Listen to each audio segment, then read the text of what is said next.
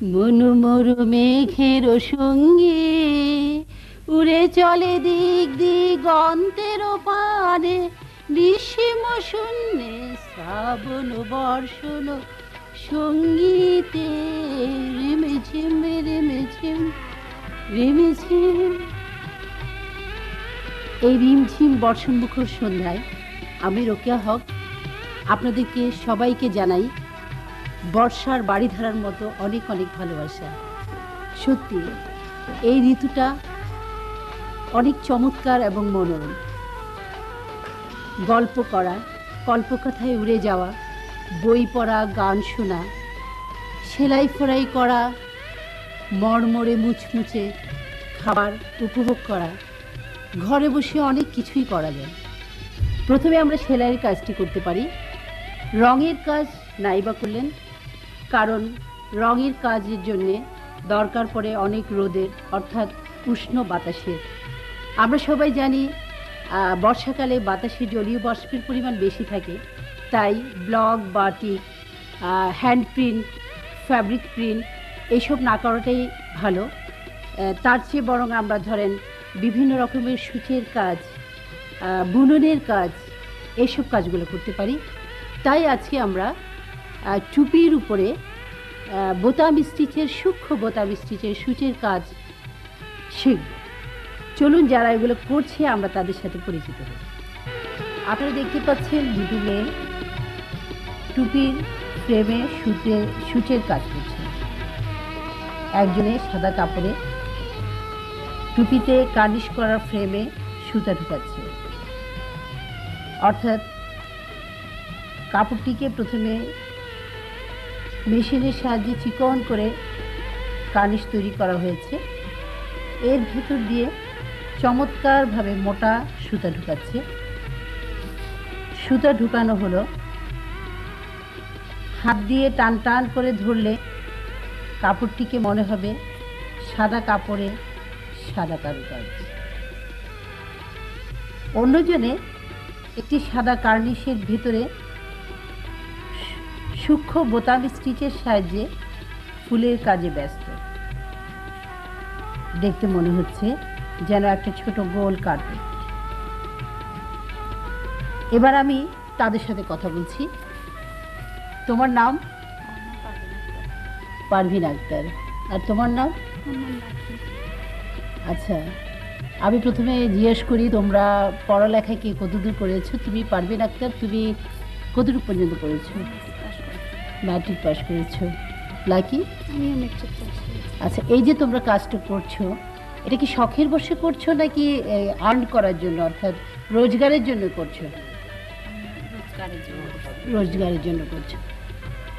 তুমি কি মনে করছো রোজগার কি তুমি নিজে চলার জন্য, মানে মাসিক তোমার হাত খরচ হয়ে যায় এই কাজ করে? হয়ে যায়। পরিবারে কিছু দিতে পারো? আচ্ছা, সে বলছে, লাকি বলছে সে পরিবারে কিছু দিতে পারে, হাত খরচ হয়ে যায়। আচ্ছা, আমাকে কি বলবে তোমরা একটা টুপি তৈরি করতে তোমরা কত টাকা মজুরি পাও? 400 থেকে 500 টাকা। আচ্ছা, যারা এই কাজগুলো তোমাদেরকে দিয়েছে আমি দেখতে পাচ্ছি সুন্দর ফ্রেম করা, না টুকরা টুকরা, এইভাবে কি তোমাদেরকে দেওয়া হয়? আর এই যে যত সুতা আছে সব কিছু কি গুডসগুলো ওরা তোমাদেরকে দিয়ে থাকে? সব দিয়ে থাকে। তোমাদের কাজ হচ্ছে শুধু করে দেওয়া। আচ্ছা, তোমরা যে এরকম একটা টুপি তৈরি করছো, তোমাদের কতদিন সময় লাগে? এখানে এত সুন্দর কাজ, এটা আমি তো ভাবতেই পারছি না এটা হাতের কাজ, খুবই সূক্ষ্ম আর কি। কতদিন সময় লাগে? 1 থেকে 1.5 মাস সময় লাগে। আর যদি ধরো ননস্টপ, অর্থাৎ প্রতিদিন যদি এটা 4 ঘন্টা বা 5 ঘন্টা করে করা যায়, কত আরও অল্প সময় তো হবে? 1 মাসে লাগবে। তো তোমরা বছরে কয়টা টুপি আন্দাজ করতে পারো? কয়টা টুপি করতে পারো? ওইভাবে হিসাব করে নিচ্ছে। আচ্ছা, যাই হোক, ওরা 500 থেকে 600 টাকা মোটামুটি আর্ন করতে পারো। আর পরিবারে যদি 5-6 জন হয়, একত্রে যদি অর্ডারটা নেওয়া যায় তাহলে তো আরও ভালো হয়। আসলে মহিলারা, আমি জানি না এটা ক্যামেরায় কীরকম দেখা যাবে, তবে হাতের উপর নিলে চিন্তাই করা যায় না এত সূক্ষ্ম এবং এত সুচারু একটা কাজ। এটা চাইলে কামিজের বুকের অংশে, হাতের মধ্যে কিংবা পাঞ্জাবিতেও খুব সুন্দর করে করা যেতে পারে। সবচেয়ে বড় কথা হলো এই যে কাজগুলো করা হচ্ছে, যারা এইসবে কাজের উদ্যোগ নিয়েছি তারা নিশ্চয়ই এইসব কি টুপিগুলো কি বিদেশে রপ্তানি করছে না? আচ্ছা, বিদেশে রপ্তানি করছে, আবার বিদেশ হয়ে ঘুরে বেরিয়ে বাংলাদেশে এগুলো আসে। আমরা এই টুপিগুলো 800 থেকে 1000, বেশি কারুকার্য থাকলে 1500 টাকা পর্যন্ত কিনে থাকি। তবে দুঃখের বিষয় যে এগুলো আমাদের বাংলাদেশি মেয়েরাই কিন্তু এত সুন্দর কাজ করছে, কিন্তু যখন আমরা বিক্রেতার কাছে যাই তারা বলে এটা পাকিস্তান, সৌদি আরব থেকে টুপিগুলো আসছে। যাই হোক, এটা বিক্রির কারণে বা পয়সা বেশির কারণে হয়তো বলা হয়ে থাকে আমাদেরকে। আমি আশা করছি সরকার নিজ দায়িত্বে এটা বাজারজাতকরণের ব্যবস্থা করবে, তাহলে আমাদের দেশে এই ধরনের মেয়েদের, মধ্যবিত্ত পরিবারের মেয়েদের অনেক হাত খরচটা অন্ততপক্ষে সচ্ছলতা আসবে পরিবারে।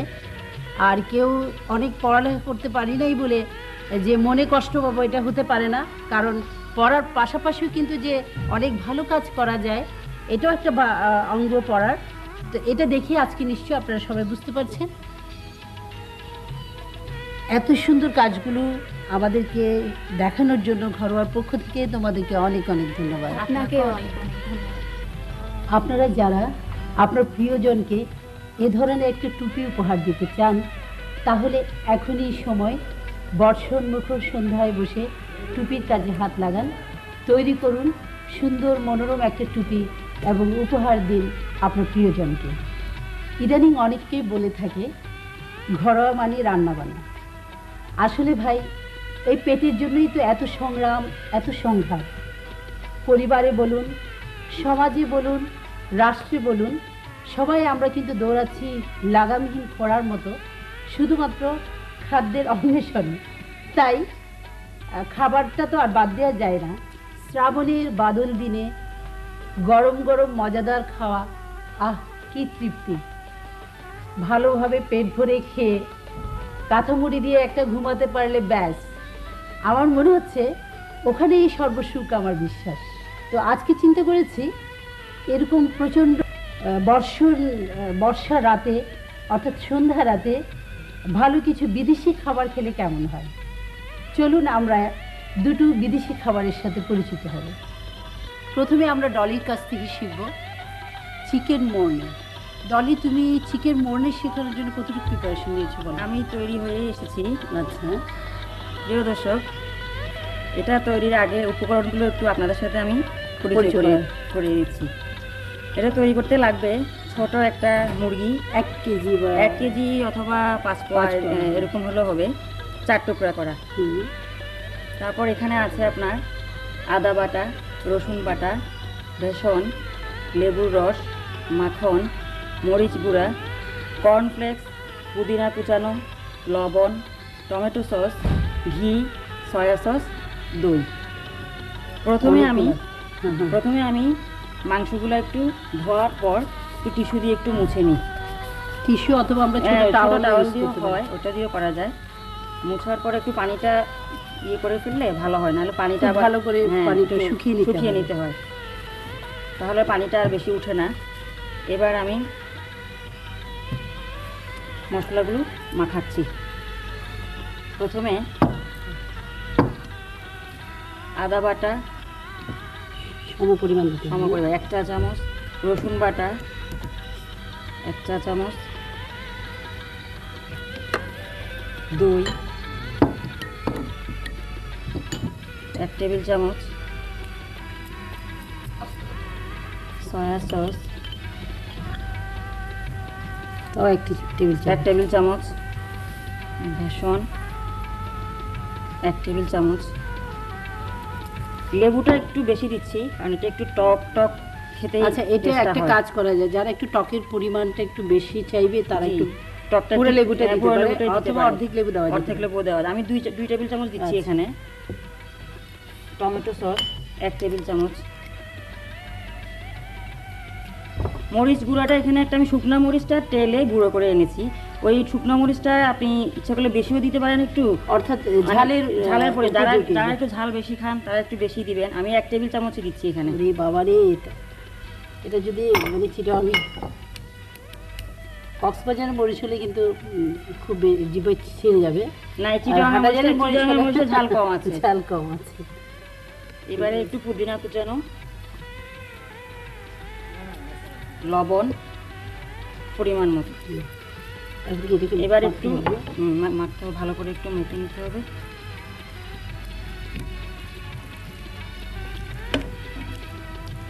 মাখানো এটা ভালো করে হলে ওটা টেস্টটাও কিন্তু খুব ভালো আসে। আচ্ছা, খুব ভালো করে মাখতে হবে। ভালো করে মাখতে হবে। এখন কি এটাকে চুলাতে দিয়ে দিই? না, এটা মাখানো হলে আমি 3 ঘন্টা এটা রেখে দিব। আচ্ছা, 3 ঘন্টা রাখার পর তারপর আবার এটা এবার 3 ঘন্টা রাখার পর এটা আবার তাহলে আমরা একটু অপেক্ষা করি 3 ঘন্টা শেষ হোক। ডলে 3 ঘন্টা হয়ে গেল। এবারে এখন কি করবে? আরেকটা আমি গোল একটা পাত্রে, এটা অর্থাৎ মাইক্রোওভেনে করব। আচ্ছা, আমরা কিন্তু একটা কথা বলতে ভুলে গেছি এর মধ্যে। অ্যাকচুয়ালি এই রান্নাটা হচ্ছে মাইক্রোওভেনের জন্য শুধুমাত্র।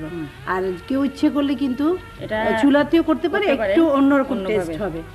ওটার জন্য একটা আলাদা আরেকটা ওভেন আছে। আচ্ছা, এটা পরে না হয় আমরা দেখবো। তুমি তোমার কাজটা শেষ করো। এবার এখানে ঘি মাখিয়ে এখানে আমি আর একটু পুদিনা পাতা উপর দিয়ে এবার ওভেনে ঢুকিয়ে দিই। আচ্ছা ডলি, তুমি কিন্তু কর্নফ্লেক্স মাখনটাই এখন ইউজ করনি। এটা আমি ওভেনে দিব তো এখন, দেওয়ার পর 10 মিনিট হওয়ার পর এটা আমি বের করে নিব। পরে আরো আরো করতে হবে। আচ্ছা ঠিক আছে, আমি তোমাকে হেল্প করি। খুলবো নাকি? হ্যাঁ, আমরা এখন এটা ওভেনে দিচ্ছি, তাই না?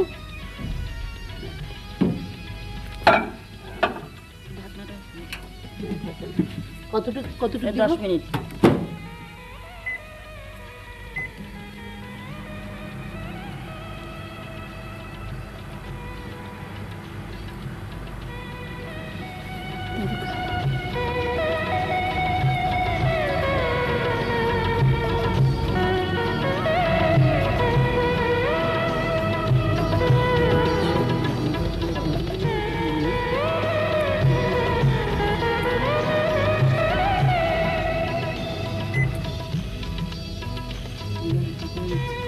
হয়ে গেছে না? 10 মিনিট এটা শেষ। এবার বের করে নিচ্ছি। না, আমি একটু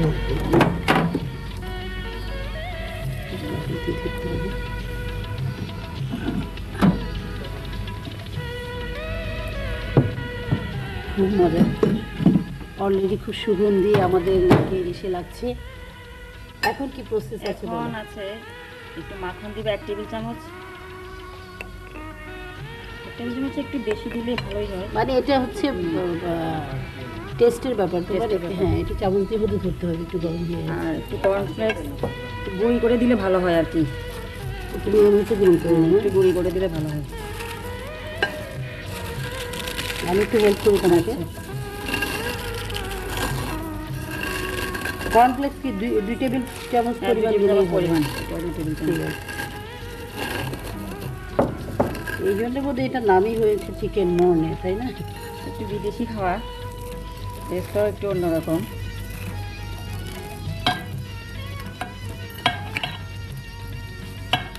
আসলে বৃষ্টির দিনে যাই খাও না কেন সবই মজা। সেই জন্য তাই রান্নাটাও ওরকম মুড়মুড়ি করতে পারলে খুবই ভালো। ব্যাস,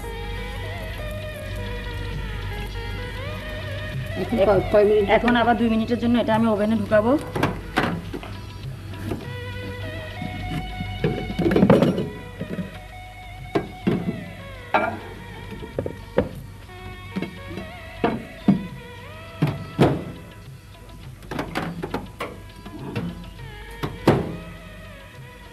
মিনিট।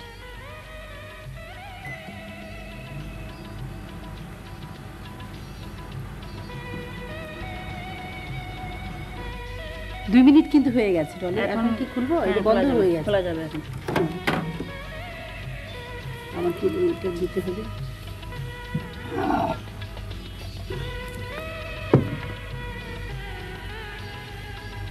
খুব সুন্দর চমৎকার।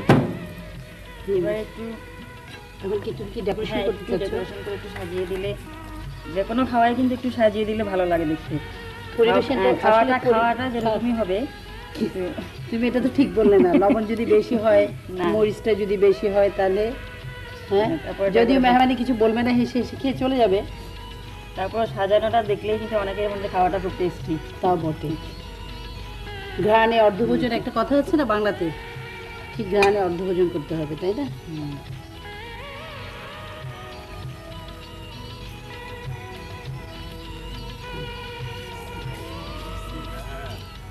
এখন এত সুন্দর খাবারটা কিন্তু আমি কিভাবে দর্শকদের ফেলে একা খাই। তৈরি হয়ে গেল সুস্বাদু চিকেন চিকেন মর্নিং। আচ্ছা, আবার কিন্তু খেতে ইচ্ছে করলেও আমি কিন্তু দর্শক বন্ধুদের ফেলে খেতে মোটেও রাজি নই। তা আজকে এটা থাক, আবার সবাই যখন আসবে গরম করে না হয় আবার খাওয়া যাবে। আচ্ছা ডলি, যাদের বাসায় ধরো মাইক্রোওয়েভ নেই, ওদের বেলা কি চিন্তা করেছো? ওরা যদি এই ধরনের চিকেন মোর্নে খেতে চায়, ওদের জন্য ব্যবস্থা একটা রেখেছি। হ্যাঁ, এই যে এরকম একটা আমি টিনের দেখতে ওভেন, পাচ্ছি অবশ্য এটা। টিনের ওভেন, এটা চুলায় দিয়ে করা যায়, নিচে দিয়ে মানে গ্যাস যাওয়ার ইয়ে আছে। সিস্টেমটা এটা খুলে এটাকে খুলে একটা পুরা মুরগি দোকানে হ্যাঁ যাবে, দোকানে তাই না? যাবে, দোকানে এরকম তাহলে ট্রে, দোকানে যাবে। আচ্ছা ট্রেতে আমরা চাইলে কি একটা আবার প্লেট চারটা জিনিস একটা প্লেটও দেওয়া যায়। আচ্ছা, দিয়ে আচ্ছা। তারপর এটা চুলায় বসিয়ে দিলে বরঞ্চ এটা হচ্ছে আরো বেশি মজা হবে। এটা তার মানে এটা হচ্ছে একটু পোড়া পোড়া পোড়া পোড়া পোড়া ভাব, এটাই আছে। আচ্ছা, নিচের ইয়েটা আমরা কি একটু দেখতে পারি? হ্যাঁ, এরকম এটা এই যে ভাবে ডিজাইনটা কি কি দেখা এই যে যায়? একটু ও আচ্ছা, একটু ফাঁক আছে নিচে দিয়ে, এটা দিয়ে গ্যাসটা যাবে, গ্যাসটা তাই না? যাবে। ডাইরেক্ট চুলায় বসিয়ে দিলে আচ্ছা, ওই চমৎকার। চুলা দিতেই। তাহলে মহিলারা আপনাদের ভাববার কোনো কারণ নেই, আমরা সহজে টিনের চুলা হোক ব্যবহার করতে পারি, ঠিক এই ধরনের ওভেন। এত সুন্দর খাবার শেখাবার জন্য ঘরোয়ার পক্ষ থেকে তোমাকে অনেক অনেক ধন্যবাদ। তোমাকেও ধন্যবাদ, ঘরোয়া দর্শকদেরকেও ধন্যবাদ। আমাদের এবারের রান্না ফ্রাইড চিকেন উইথ ভেজিটেবল, এটি আমাদেরকে শেখাবে Hena. Chicken vegetable fried rice. যেহেতু আমরা বাঙালি, ভাত ছাড়া চলেই না, তাই আমরা হাই আইটেমের মধ্যেও রাইস কি করে প্রিপেয়ার করা যায় সেটা আমরা দেখাবো। এখানে যা যা লাগছে, আমাদের লাগছে সয়াবিন অয়েল লাগছে, এখানে গার্লিক ফ্রাই আছে, হোয়াইট পেপার পাউডার, লবণ, চিনি, টেস্টিং সল্ট। এটা ম্যারিনেটেড অ্যান্ড ফ্রাইড চিকেন, একই আগে যেটা প্রিপেয়ার করেছিলাম আমরা। এটা হচ্ছে হ্যাঁ কিউব কাটিং গাজর এবং বরবটি, কিউব ছোট ছোট কিউব করে, রাইসের জন্য আমরা খুব ছোট কিউব এটা। এবং ডিমের হলুদ অংশ, 3টা ডিমের বা 2টা ডিমের হলুদ অংশ, আমরা এটাও 4 জনের জন্য আমরা প্রিপেয়ার করছি, 4 জন লোক যাতে খেতে পারে সেভাবে 2টা ডিমের হলুদ অংশ আমরা এখানে ফেটিয়ে নিচ্ছি। এখানে রাইস তো প্রধান উপকরণ, সুতরাং রাইসটাকে সেমি বয়েল করে রাখতে হবে, জাস্ট একেবারে শক্ত থাকবে না, আবার একদম খাবার মতো না। হ্যাঁ, চুলাতে ভাতটা কিছুক্ষণ হতে পারে মতো ওরকম সেমি বয়েল রাখতে হবে। আমরা তো সাধারণত বিরিয়ানিতে হ্যাঁ হ্যাঁ, যেভাবে করি আমরা জর্দা করতে যেভাবে করি, চালটাকে আধা সেদ্ধ রেখে সেরকম নিতে হবে। এখন আমরা চুলাতে দেখি কি করে তৈরি করা যায়। চায়ের কাপে আধা কাপ তেল, তেলটা খুব ভালোভাবে গরম হতে হবে, মাছ ভাজির মতো আমরা যেমন করে না লাগে চুলাতে, সেই জন্য ভাতটা যাতে না লাগে সেজন্য ভালোভাবে তেলটা গরম হতে হবে। এর মধ্যে আমরা দেব ডিমের হলুদ অংশ যেটা আমরা ফেটিয়ে রেখেছি, সেটাকে দিতে হবে।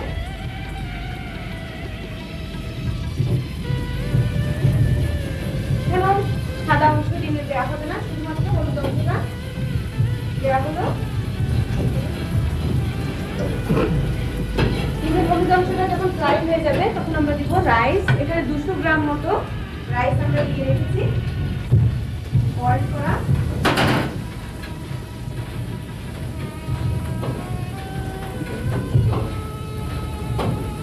এর মধ্যে রাইসটা একটু ফ্রাই হতে হতে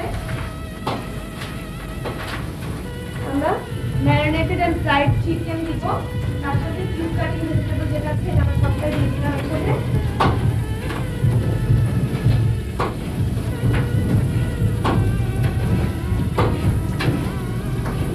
এই প্রিপারেশনে ততক্ষণই সময় লাগবে যতক্ষণে ভাতটা খাবার মতো সিদ্ধ না হয়। তারপরে আমরা দেব টেস্টিং সল্ট,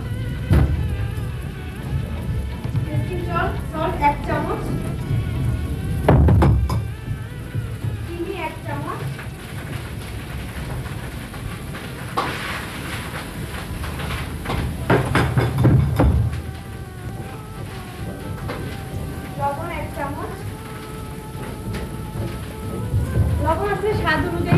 ভালো। এক চামচ দেওয়ার পরে যদি মনে হয় আর একটু দিতে হবে পরিমাণ অনুযায়ী, টেস্ট অনুযায়ী দেবো।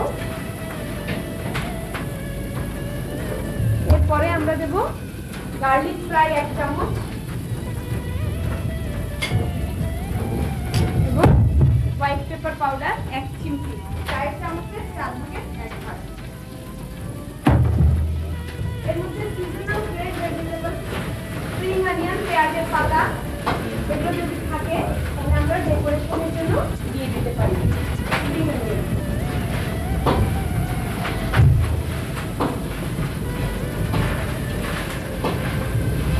ততক্ষণ পর্যন্ত নাড়তে হবে যতক্ষণ পর্যন্ত ভাতটা ফুললি ফ্রাই না হয়ে যায়, ফুললি না হয়।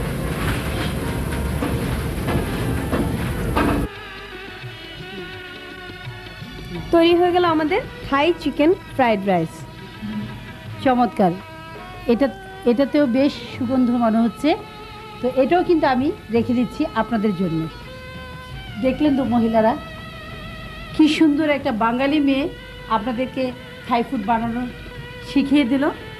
তো দেখতে চোখটা ছোট, যদি শাড়িটা পরিয়েছি, অবশ্যই এটা থাইল্যান্ড থেকে আনা হয়নি, বাংলাদেশি। আচ্ছা যাই হোক, ওনার এত সুন্দর খাদ্যগুলো আমাদেরকে তৈরি করে দেখানোর জন্য ঘরোয়ার পক্ষ থেকে আপনাকে অনেক অনেক ধন্যবাদ। আপনাকেও ধন্যবাদ আপা। এখন যেহেতু বর্ষাকাল, অফিস ফেরত বা কর্মরত জায়গা থেকে যখন আপনি বাড়ি ফিরছেন, ভিজে চপচপে হয়ে গেছেন, তখন কাপড়গুলোকে না হয় মেলে দিলেন, কিন্তু জুতো জোড়ার যে হাল, এই জুতো জোড়ার দিকে তাকিয়ে নিশ্চয়ই আপনার চোখে খুব পানি আসছে। চিন্তা করার কোনো কারণ নেই, ঘরোয়া স্পেশাল টিপস দেখুন কি বলে। পুরনো খবরের কাগজ এভাবে মুচড়িয়ে মুঠো করে ভিজে জুতোর মধ্যে ঢুকিয়ে রাখুন। দেখবেন কাপড়ের মতো কত তাড়াতাড়ি আপনার জুতো জুড়ো শুকিয়ে গেছে, আর সাথে সাথে ঢোল ব্যাটক জুতো আবার আগের রূপে ফিরে আসবে। আমাদের আজকের ঘরোয়া এই পর্যন্ত। প্রতিদিন প্রতিক্ষণ আমরা হারাচ্ছি আমাদের অনেক প্রিয়জনকে, সেই সাথে সৃষ্টি হচ্ছে অনেক নবাগত। আপনারা আমরা যারা আছি, পৃথিবীর স্বাদ যতদিন গ্রহণ করব, আমরা যেন আমাদের নতুন প্রজন্মকে ভালো কিছু দেওয়ার প্রত্যাশা থাকে বা চেষ্টা করি। এই কামনায় আপনারা যে যেখানে থাকুন, ভালো থাকুন, সুস্থ থাকুন। আপনাদের সবার দীর্ঘায়ু কামনা করে আজকের মতো বিদায় নিচ্ছি। আল্লাহ হাফিজ।